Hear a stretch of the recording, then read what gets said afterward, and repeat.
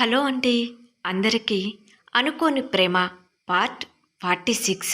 మరిక ఆలస్యం చేయకుండా కథలోకి వెళ్దాం. మరుసటి రోజు ఉదయం ముగ్గురు గోవాకు బయలుదేరుతారు. ముగ్గురు ప్రయాణంలో సరదాగా కబుర్లు చెప్పుకుంటూ తమ ఆందోళనను మరిచిపోతారు. గోవా చేరుకున్న తర్వాత వారి ప్రపంచం మారిపోతుంది. గోవా చేరుకున్నాక వారి దినచర్య పూర్తి భిన్నంగా సాగుతుంది. వారు ముగ్గురు నేరుగా ఒక ప్రైవేట్ బీచ్ రిసార్ట్కు వెళ్తారు. ఆదిత్య లేత నీలం రంగు షార్ట్ మరియు తెలుపు రంగు లూజు షర్ట్ వేసుకుంటాడు. సూర్యుని బంగారు కిరణాలు అతని ముఖంపై పడుతూ ఉండగా అతను అలల చప్పుడును వింటూ ఒడ్డున నడుస్తూ ఉంటాడు. రఘు మరియు ప్రభు అతని వెనుకనే సరదాగా కబుర్లు చెప్పుకుంటూ వస్తుంటారు.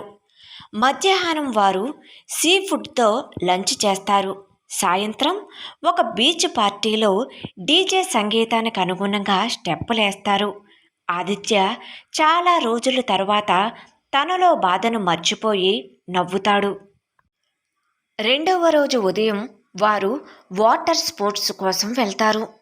ఆదిత్య నలుపు రంగు స్విమ్మింగ్ షార్ట్ వేసుకుని స్కూబా డ్రైవింగ్లో పాల్గొంటాడు. నీటి అడుగున రంగురంగుల చేపలు మరియు పగడపు దెబ్బలు అతనికి ఒక కొత్త ప్రపంచాన్ని పరిచయం చేస్తాయి. తరువాత పారాసైక్లింగ్లో ఎగురుతూ ముగ్గురు గోవా అందాలను చూస్తారు. సాయంత్రం వారు ఒక చిన్న స్థానిక హస్తకళా షాపుకు వెళ్తారు.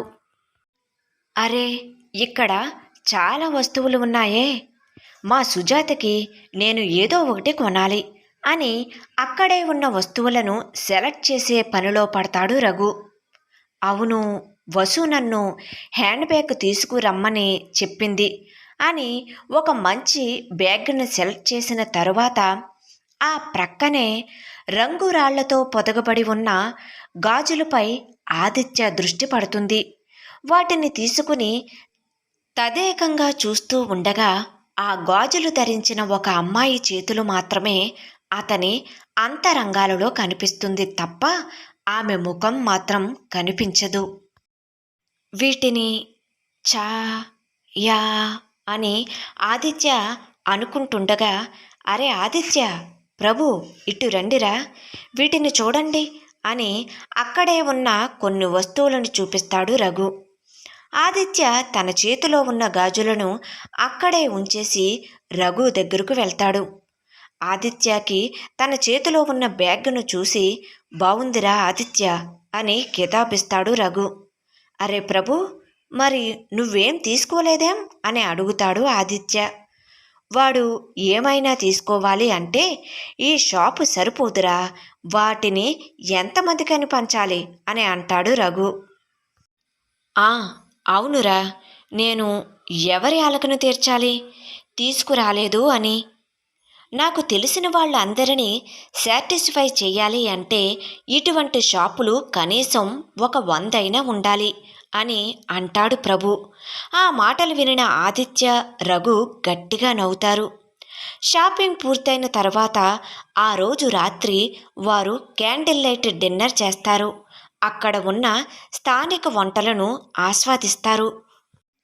మూడవ రోజు వారు ముగ్గురు కొన్ని పురాతన కోటలను సందర్శిస్తారు.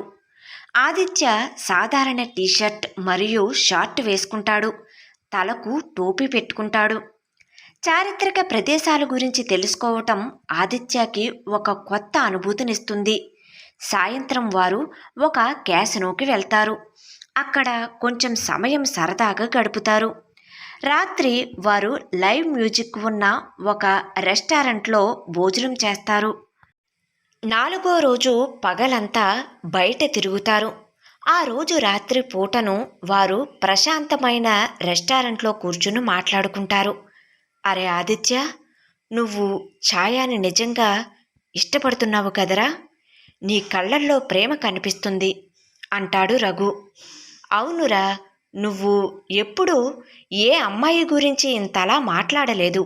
ఛాయా నీ జీవితంలోకి రావటం నీ అదృష్టంరా అంటాడు ప్రభు.